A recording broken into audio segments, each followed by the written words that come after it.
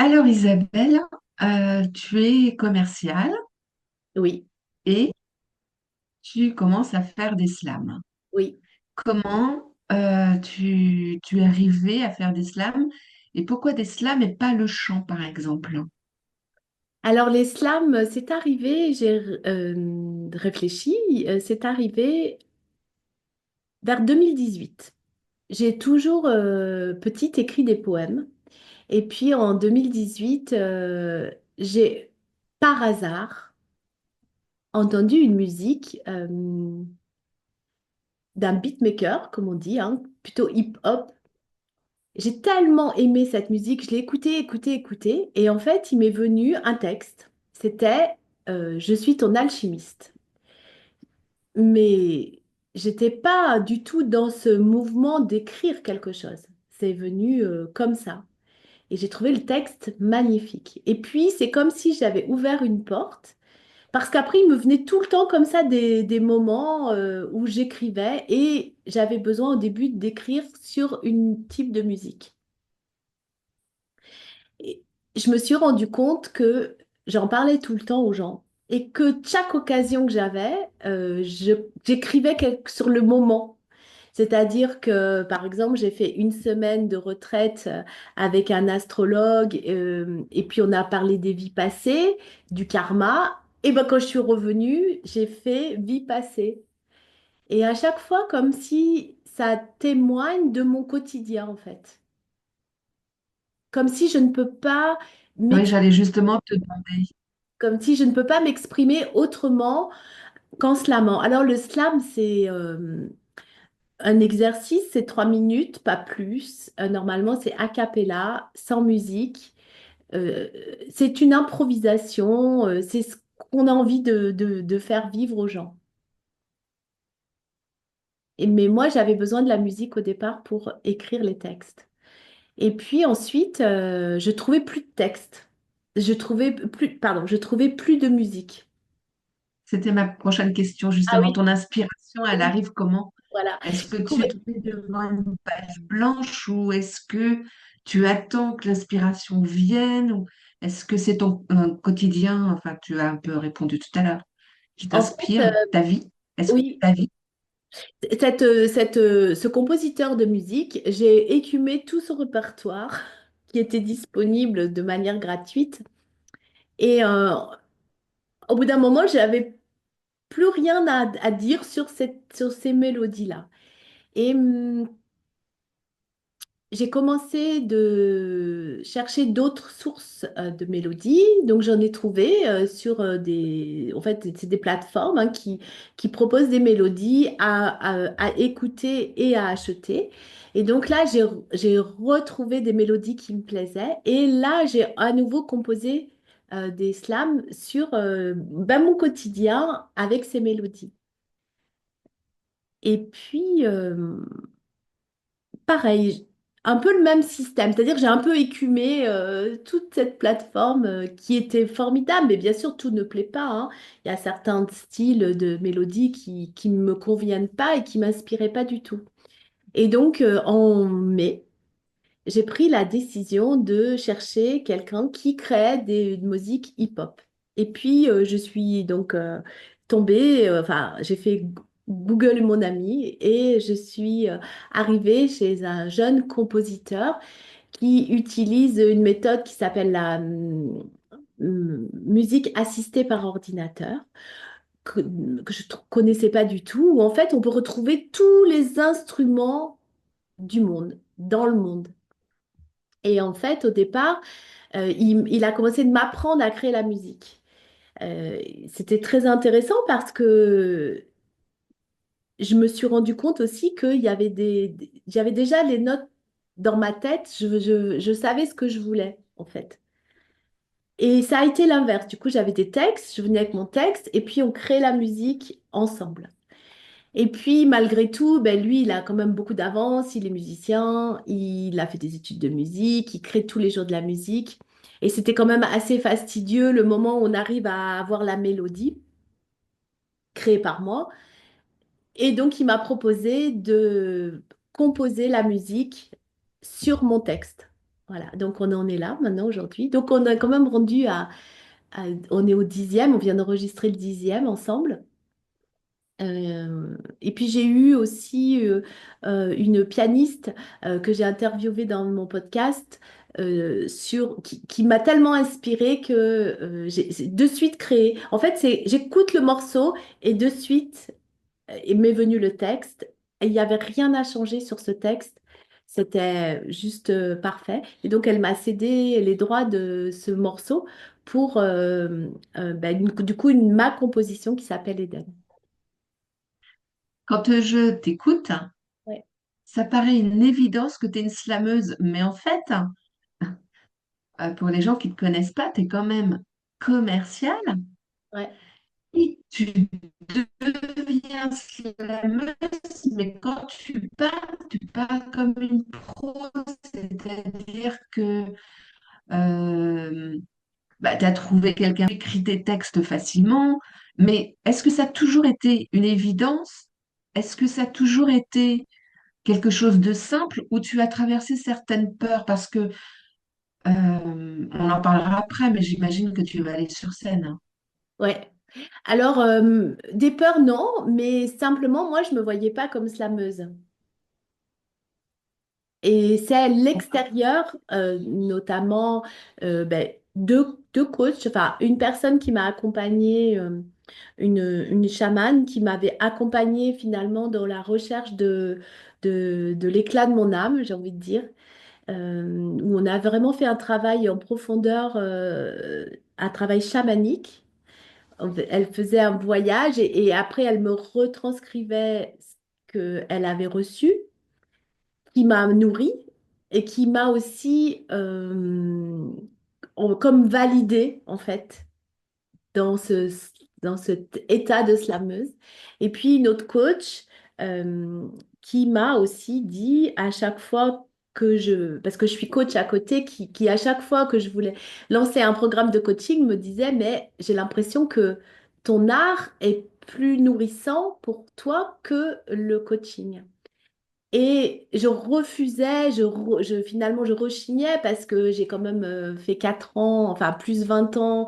Il y a 20 ans, je me suis formée à l'art-thérapie. Donc finalement, je disais, mais non, c'est pas possible. Et j'ai enfin, je dirais, lâché quand elle m'a aussi permis de voir que tout ce parcours de formation de développement personnel, de croissance personnelle, d'apprentissage du coaching, de la connaissance de soi au niveau vraiment intime, mental, émotionnel, spirituel, nourrit mes textes. Et que finalement, c'est qu'une continuité pour faire, la chamane disait du slamming coaching.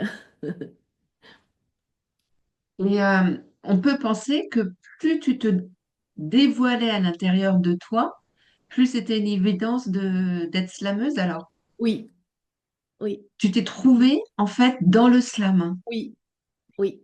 Et je dirais que euh, en fait, depuis que j'ai commencé ce parcours de développement personnel, de croissance personnelle, on va dire, euh, il y avait encore des injonctions, comme les injonctions que je dénonce dans mes slams, entre guillemets, les injonctions sociétales, les conditionnements, qui étaient de s'aimer et de savoir qui on est, notre identité véritable au-delà de notre nom et de notre prénom. Et puis, je voyais bien, il y a même des exercices de coaching, de PNL qui permettent de connaître notre identité. Il y en a d'autres qui permettent de s'aimer avec finalement comme des indicateurs, etc. Mais c'était très intellectuel. Mm. Ça restait du mental pour moi.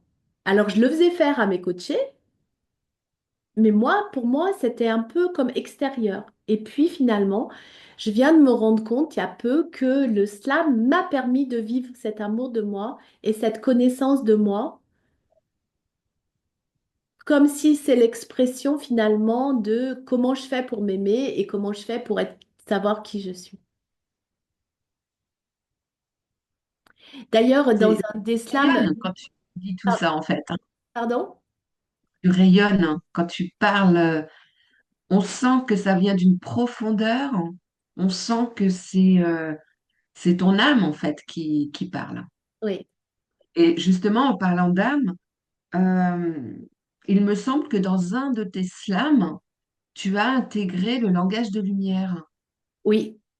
Tu peux J'ai été m'expliquer? timidement sur la pointe des pieds parce que c'est quelque chose qui est connu et pas connu du grand public, on va dire, connu dans notre monde de croissance personnelle et de spiritualité, et peu connu dans le monde, on va dire, et là encore, c'est un peu bête de faire une séparation, en fait, et donc j'ai osé m'exprimer en langage de lumière.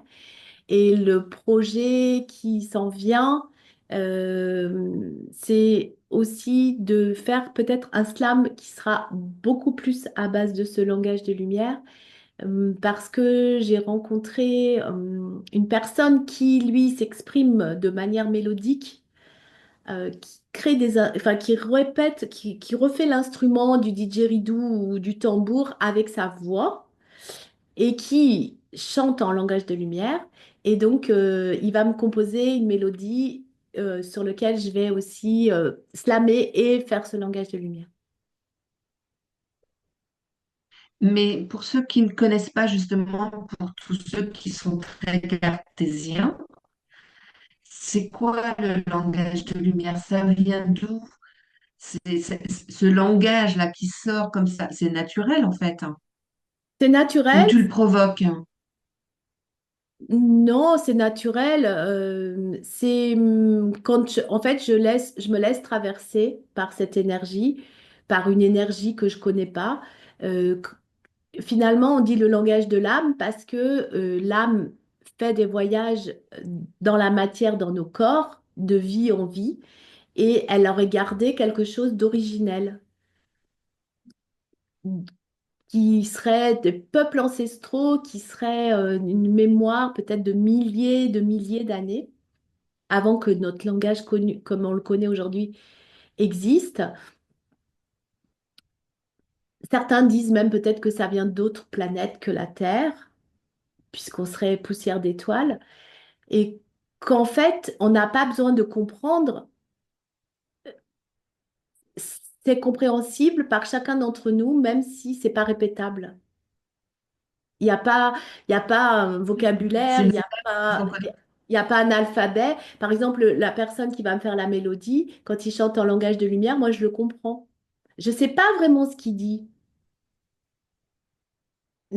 Et quand moi je le prononce en langage de lumière, je sens quand c'est par exemple une histoire qui est racontée, comme ben, je sais pas, il y a eu peut-être une invasion, il y a eu un élément climatique qui s'est produit, on est parti, on a voyagé, ou on s'est installé, et puis d'autres choses que j'arrive pas du tout à comprendre, qui seraient, je dirais, comme de l'amour, quoi. Donc voilà pour ce langage de lumière. Plus je vais en avant dans mes slams et plus j'ai envie de l'intégrer pour vraiment réunir toutes les parts de moi et être vraiment dans mon authenticité. Mais c'est très vulnérable. Mm, C'est très bien vulnérable. sûr. Justement, en parlant de vulnérabilité, comment ton entourage, tes amis, ta famille ont reçu ce changement de parcours de vie, en fait, hein? Il y avait l'âge qui rentrait en compte et du coup c'était sûrement le reflet de mes propres pensées par rapport au fait qu'on démarre pas une carrière artistique à 57 ans. Mais je pense que quand moi je l'ai intégré, ce fait-là, eh bien, ça a été intégré aussi dans mes proches. Euh, Ils regardent ça avec étonnement. Et puis, je vois que maintenant, comme ils voient que c'est sérieux, enfin que, je veux dire, c'est pas une passade, que c'est ancré et que ça va continuer, que c'est qu'un début, eh bien, finalement, ils me suivent, on va dire. C'est pas encore mes meilleurs fans, mais voilà, ils me suivent. Et Et tu en es où justement? Parce que tu disais que tu avais 10 morceaux. Est-ce Oui, que tu as préparé un album? Est-ce que tu as déjà fait un clip? Est-ce que oui. Alors le clip, le premier tu en clip, es où? Alors ouais, concrètement, tu as avancé là déjà. ouais, le premier clip est sorti. Le deuxième est en préparation et il va être tourné le 28 février, pour lequel je me transforme en danseuse. Et ça, c'est pas du tout dans mon domaine de compétences parce qu'on n'a pas trouvé de danseuse. Donc, hier, j'ai été apprendre une choré de 2 minutes et je flippe parce que bon, c'est pas du tout ma zone de compétences. Mais finalement, ça m'excite. C'est joyeuse d'essayer de faire ça. Euh, La danse, c'est le retour au corps. oui, c'est ça. Oui. Ouais. C'est pas évident, hein. C'est pas évident. Et puis l'album, donc il y a 10 morceaux, il y en aura 14.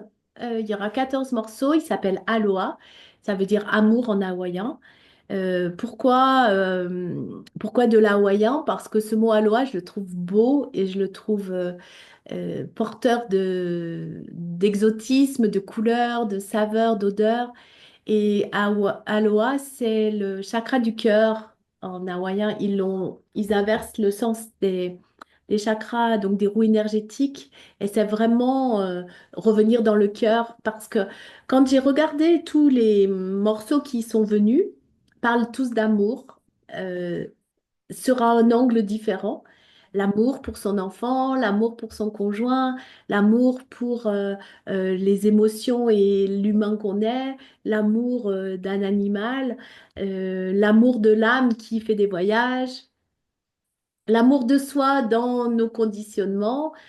Et donc, c'est un hymne à l'amour dans toutes ses facettes. Et ça me permet, moi, de m'aimer mieux. Et j'espère que ça va aussi donner ça aux personnes qui vont l'entendre, de s'aimer et de se reconnaître, puisque finalement, c'est du quotidien. C'est notre essence, l'amour. Voilà.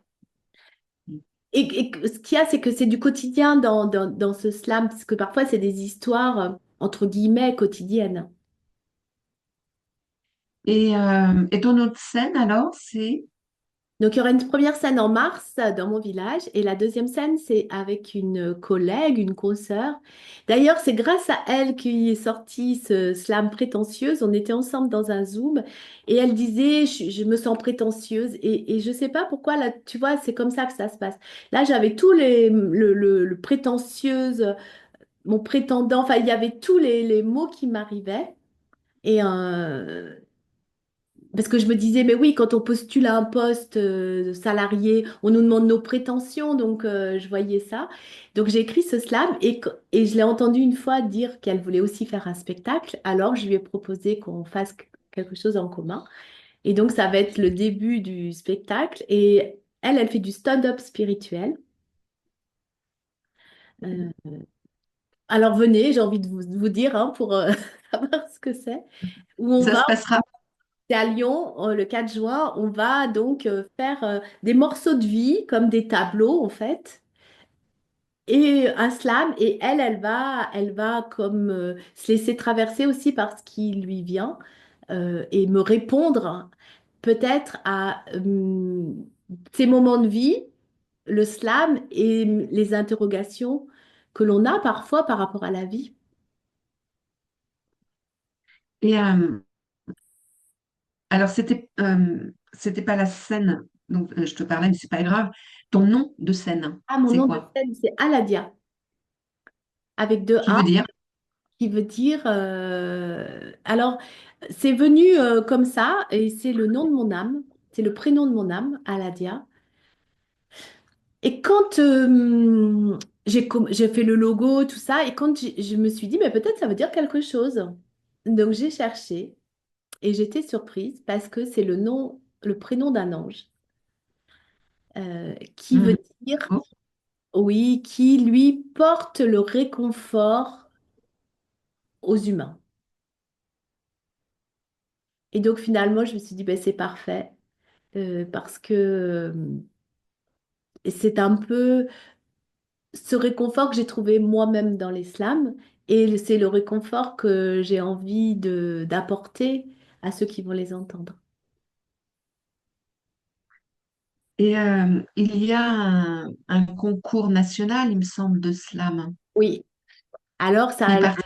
ouais, le 7 mars, donc je vais y aller. Il y a donc une manche qui se passe à Toulouse, où j'habite, donc je vais y aller. Puis après, c'est le public qui choisit, hein, c'est vote du public. Donc je suis en train de m'entraîner pour le répéter. Donc là, c'est vraiment la pratique a cappella, sans mélodie, 3 minutes, et c'est tout. Et c'est le public qui vote. Ça Tu me... appréhendes? Non, non, non. Comment tu te sens sur scène? Trop bien. À ta place? Ouais, ouais. Comme si tu avais trouvé enfin ta voix? Ouais, c'est ça, ouais. La difficulté, c'est de bien se rappeler de son texte. Mais je me rends compte que même s'il y a des variantes, parce que bah, parfois il y a un mot qui se place à une autre place, ça coule en fait. Ah, donc c'est le plus, comment dirais-je, le plus difficile. Je pense qu'aussi c'est les répétitions qui vont faire que ça va être fluide. Ouais. Aujourd'hui, si je t'entends, c'est juste la difficulté d'apprendre le texte. Oui, c'est drôle, hein, ouais, parce que c'est moi qui l'ai écrit. Ouais. Il n'y a que ça. Ouais. Oui, oui. T'as peur de décevoir? Non, pas du tout, non, c'est que j'ai envie d'être raccord avec le texte original Mhm. et que ça sonne comme c'était écrit au départ. Ouais. Est-ce que Finalement, il y a comme une tu te dissociation entre, c'est assez drôle, hein. projettes? Il y a comme une dissociation entre celle qui a écrit et celle qui le déclame. Tu vois ce que je veux dire? D'accord. C'est-à-dire comme si celle qui a écrit les paroles, c'était pas moi, moi en personnage, on va dire. Mhm. Ça veut dire qu'à un moment donné, tu vas arrêter cette dissociation? Je sais pas, je chemine en même temps, mais je pense que quand j'écris, je suis traversée par quelque chose de plus grand, on va dire de l'intuition. Et puis quand je relis le texte, du coup, c'est l'humaine Isabelle qui relit et qui se dit, bah ouais, c'est pas mal. Et je vois la différence quand c'est comme ça et là, du coup, c'est parfait, les mots sont justes, ça colle, c'est fluide. Et quand c'est moi qui le fais avec le mental, Ouais, tu vois la différence. voilà la différence, ouais. Et je l'entends aussi maintenant, quand ben là, j'ai fait une première scène, j'entends aussi quand les gens ont fait de la poésie, c'est beau, le texte est bien, mais il n'y a pas d'émotion. Ouais, tu les ressens pas. Non. Et je sais, les textes que j'ai faits, il y en a certains, c'est, c'est entre deux. Et puis, il faut pas que je cherche à... Là, je sais que j'ai deux thèmes que sur lesquels je vais écrire. Je sais pas, ça va pas ce que je fais. Mais du coup, je laisse poser. J'ai mis des mots pour essayer de faire des rimes. Et puis, je sais qu'un jour, ça va venir.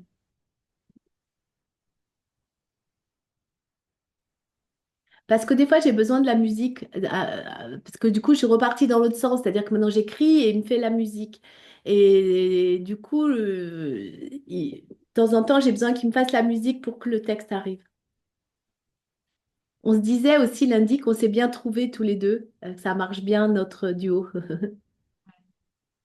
On est toujours attiré par les personnes qui ont des énergies qui se comprennent, hein. Oui, mais c'est un jeune homme, il comprend tout à fait. Enfin, je ne veux pas dire que c'est incompréhensible ce que j'écris, mais c'est quand même quelque chose d'un vécu, d'une expérience, et qu'il Hmm. comprend tout de suite. Ouais, c'est beau. C'est beau? Et qu'est-ce que tu dirais? Parce que toi, du coup, tardivement, tu as découvert que ta place était sur la scène avec des slams pour transmettre justement tout cet amour au public. et surtout de se retrouver soi, enfin voilà, qu'à un moment donné, on prend vraiment notre place. Qu'est-ce que tu dirais à tous ceux qui ont des rêves et qui ne les réalisent pas parce qu'ils se bloquent de peur de l'inconnu ou de peur de pas être, d'être imposteur peut-être, de peur de pas prendre sa place, de peur, enfin je sais pas, qu'est-ce que tu dirais à ces personnes qui rêvent et qui n'y vont pas? Alors, je répéterai juste les mots d'un slam. As-tu vécu ta conquête ou pris une étiquette? Si la fragrance de ton âme ne remplit pas le nez du monde, c'est un drame, tu manques à l'humanité. C'est beau. Et je dirais que je crois qu'on a chacun à exprimer justement sa pièce du puzzle, que si on le fait pas, on manque aux enfin, aux 7,9999 milliards d'individus. Et ben, c'est comme ça que s'il y a trop de peur, trop de contraintes, trop d'angoisse, trop de conditionnement à pas aller dans ce qui est vraiment soi, eh bien, on reviendra pour le faire ou pas, je sais pas. Mais que si c'était le destin si c'était le, comment dirais-je, si c'est le destin qu'on s'est choisi de pas y arriver, mais c'est souffrant de pas le faire, je trouve, de pas exprimer qui on est vraiment. Moi, je me sens complète maintenant. Je me sens à ma place. Je, et j'ai peu d'attente, en fait. Ouais. J'ai plus Tu d'attente. vis l'instant présent.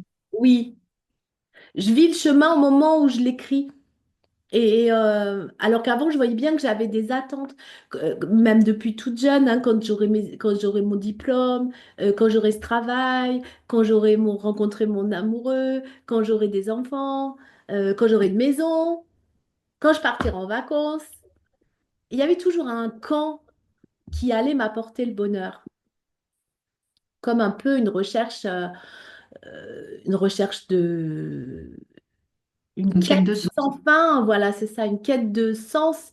Tu sais, j'ai l'image de Sisyphe là qui roule sa boule, puis qui retombe, puis qui recommence, et puis on le voit bien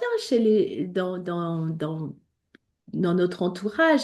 Des gens, alors ils vont changer de compagnon ou de compagne, ils vont déménager, ils vont changer de job, ils vont euh, faire des tas de choses parce qu'ils cherchent ça en eux.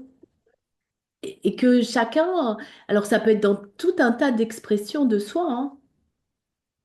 Ça peut être dans un Il y a un- métier. Enfin, je veux dire, il y a des boulangers, ils veulent pas être autre chose que boulanger. Oui, c'est leur passion. C'est leur passion. Et ils transmettent beaucoup d'émotions dans ce qu'ils font, en fait. Oui, Ouais. oui, Il y a un mot que tu as dit tout à l'heure qui m'a fait écho. On parlait du manque. Et peut-être que tant qu'on n'est pas dans sa destinée, on est dans un manque oui, intérieur. oui, oui. Oui, oui, c'est ça. Il y a comme un espace vide. Enfin, moi, je le vois comme un espace de vide qui reflète ce manque. Du coup, il y a une recherche sans cesse. Et c'est aussi peut-être pour ça que on parle beaucoup des addictions. Du coup, il y a peut-être comblé cette espèce de pièce-là, de trou, par de la nourriture, de l'alcool, de la drogue ou du travail, hein. Hmm. Oui, on fuit dans autre chose. Et oui. Parce que comment se trouver, c'est ça la gageure. Comment se trouver, comment trouver qu'est-ce qui nous met en vie, qui nous met en joie, qui nous fait vibrer, qui nous donne de l'allégresse. J'ai un peu envie de dire, c'est l'expérience. C'est faire des choses ou vivre des choses et puis de savoir que, waouh, c'est ça, quoi. Hmm. Euh, Est-ce que tu te sens épanoui? Oui, ouais, totalement. Ouais. Parce qu'aujourd'hui, il n'y a pas que quand je le fais. Ça accompagne toute ma journée, en fait. Ça te nourrit Tous les jours. intérieurement? Tous les jours, tout le temps, parce que du coup, là, je prépare le spectacle, donc je répète. Je pense à mes créations, je pense à après, je pense au costume de scène. Enfin, du coup, et je continue ma vie. C'est quand comment dirais-je, je continue ma vie normale. Je fais pas En plus que fait, ça. C'est ouais. comme si ça s'était diffusé et imprégné dans toutes les sphères de ma vie.